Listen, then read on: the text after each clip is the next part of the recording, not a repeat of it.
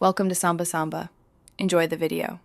You start by choosing the exact clips to splice. This saves time and avoids accidental edits. First, solo the track and zoom in until beats or bars are clear, because precision matters. Once done, set snap to grid or smart so your cuts land on musical timing. Then use the marquee tool or press Command-T to split regions at the desired points. You're not just cutting, you're defining edit points that keep timing intact, so every subsequent splice will align correctly. Now perform the actual splice with care. Select the regions you isolated and decide whether to overlap slightly.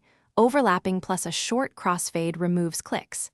If you want a clean merge, adjust edges and use Join, Command-J, to consolidate regions into one file. For rhythmic material, nudge transients or use flex time before committing, because small timing shifts affect groove. Make gain adjustments and listen through the transition at full level to ensure the splice sounds natural. Finish by consolidating and double-checking your work. Bounce or export the splice section to a new audio file so you have a safety copy, because that prevents accidental re-edits. If you hear clicks or phase issues, extend the crossfade to around 5 to 20 milliseconds or realign the transient. Sometimes flipping phase on one region helps.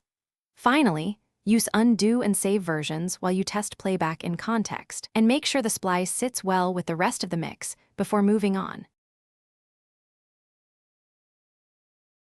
Thanks for watching. Consider subscribing if we helped you.